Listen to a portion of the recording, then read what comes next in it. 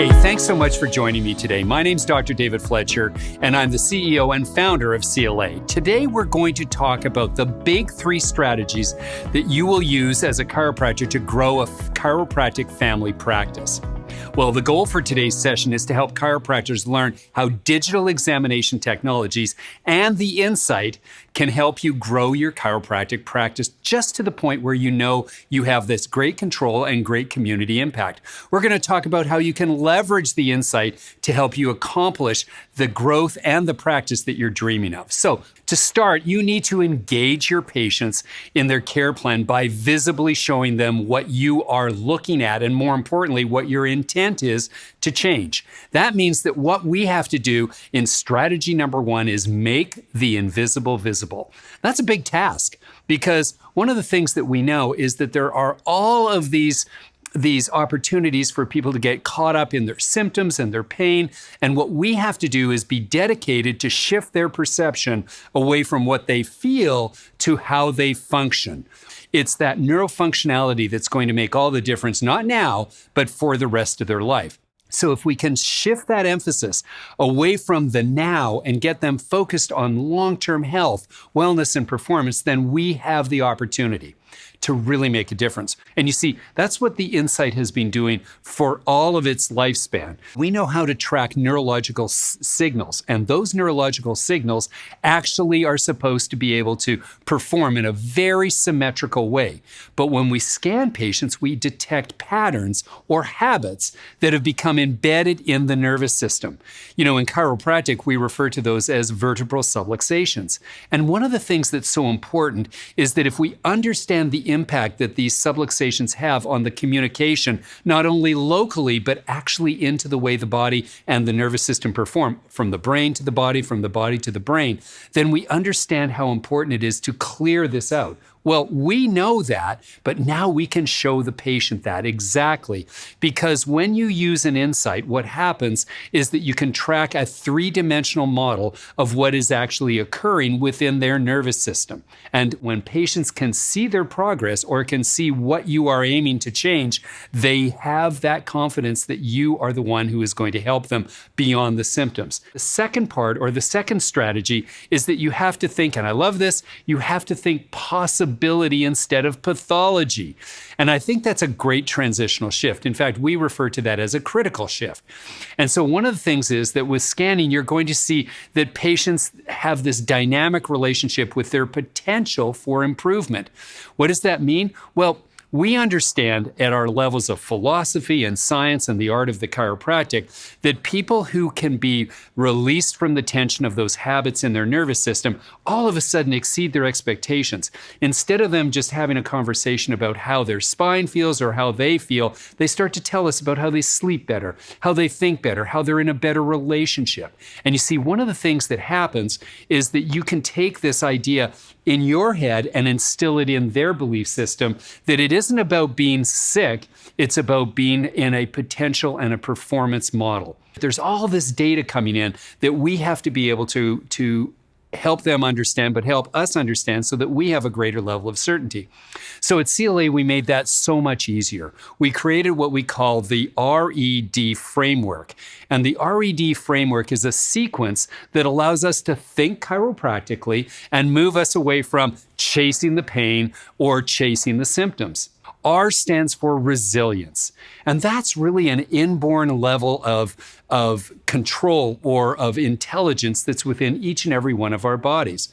We have to have a reserve, and in this case, an autonomic nervous system reserve, so that we can listen to the stress in our environment, so that we can adapt to that stress, and so that we can live a life that is constantly managing the balance.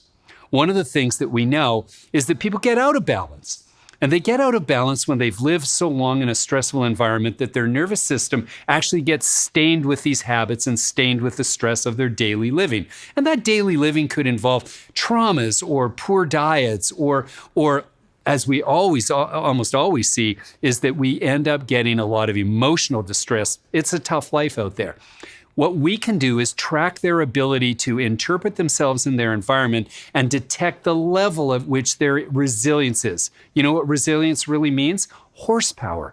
How much horsepower does their nervous system have to take on the stresses, not only of the symptoms they might have, but of their recovery and their resilience? The next one is E, and E stands for energy and exhaustion. It's exhausting to live in a gravitational field. We know that, and it's not going away.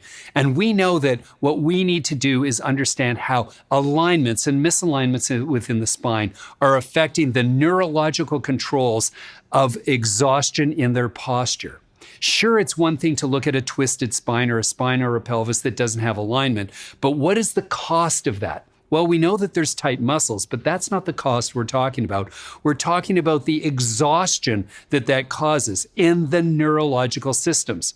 Why is that important? Well, there's a tremendous amount of regulatory capacity as well as the ability of that person to think and be creative that demands they have a reserve and that they're not exhausted. So that's the R and the E. And so we use surface electromyography or a neurocore examination to do a full spine examination looking at the postural expenditures. And that's so important for a chiropractor because it brings the story into the spinal nerves. Well, the D, or the third part of the RED sequence, is what we refer to as depth. And one of the concerns we have is, oh, sure, the resilience could be dropping down and the person could be exhausted, but what are the consequences of that? Well, the consequences are that this deepening problem actually is changing the control in their temperature abilities. In other words, their ability to regulate temperature. The next thing is that it changes their control in the organs and glands. We call that dysautonomia, another component of D. The D, by the way, is managed by the neurothermal, which is thermography, which has been a standard within chiropractic care for many, many years. So the RED sequence provides us with 3 diverse data sets, and what we can do is actually combine those to create a neurological report card, which is actually the third strategy I want to talk to you about. Let me highlight that in a case that I was just involved in. This was the case of Diane. Now, Diane is an elderly woman, and she was suffering terribly from sciatica. And there's a real tendency as a chiropractor to focus, first and foremost, on helping them feel better. And so Diane came with her husband, who was an MD, and actually handed me the MRI that I needed to review. And when I took a look at it, the next question that I had for Diane and her husband was, did anyone perform any tests besides this on how the nervous system was functioning? And there was that kind of blank stare that they got. And they said, no, they just focused on what was going on. I said, well, the importance of you recovering isn't going to be just simply how you're going to feel. And if we can make you feel better temporarily, it's going to be to see if we can change the way your nervous system can recover, not only from what this blunt issue going on is, but more importantly, if you can start to recover so that you build resiliency and you build this ability to get back to the life you really are looking forward to. Her first core score was revealing because it came in at a 56. That means she was only operating at a 56% efficiency rating as to how her body was in a recovery state. That's not very good, so it's no surprise at all that she ended up having these deepening neurological pain patterns and dysfunctions. But by the time we did her progress core score, she was up to a 74. And that was fantastic because it means that hidden beneath her, despite all of this, was this inborn ability to react and respond to chiropractic care.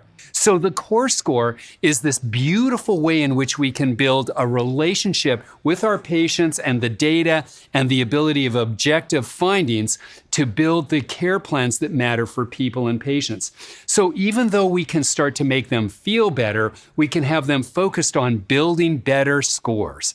Now, it's the building better scores that allow us to build what we call a sequence. And in core scoring, what we do is 4 progressive sequences and 4 progressive core scores. We begin with an initial, which is a baseline, which allows us to understand what that patient is bringing to us. The next scan, which is after a series of visits, is what we refer to as the progress core score or the first re-exam. The second re-exam talks to them about the trends that they're starting to set up, and we call that the comparative. And so by the time we get to a comparative, we've had 3 core scores and a series of adjustments. And you know what we can find with that is whether the old patterns and habits are dissipating and whether new and more productive and new and more efficient patterns are starting to be established. The fourth core score sequence, which is what we refer to as continuation. It is our belief system that everyone is better off when they are continuously being watched and cared for by a chiropractor for the rest of their lives.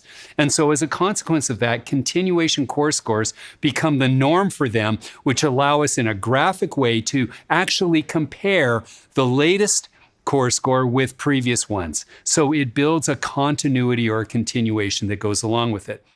Number 1, you have the opportunity to make the invisible visible. Number 2, think possibility over pathology. And number 3, use the power of a neurological report card to engage them, to help them understand, instead of looking at their symptoms or in terms of their postures alone, get them thinking about the idea of what their nervous system is performing like. Reinforcing these strategies empowers both you and the patient. As we close out, I'd like to challenge you to apply these 3 strategies in your practice. And if you like what you've heard here, we have an ebook on this exact topic. And finally, if you like more information or to talk to one of our skilled Insight advisors, go ahead and book a call. We'd love to have a chat with you.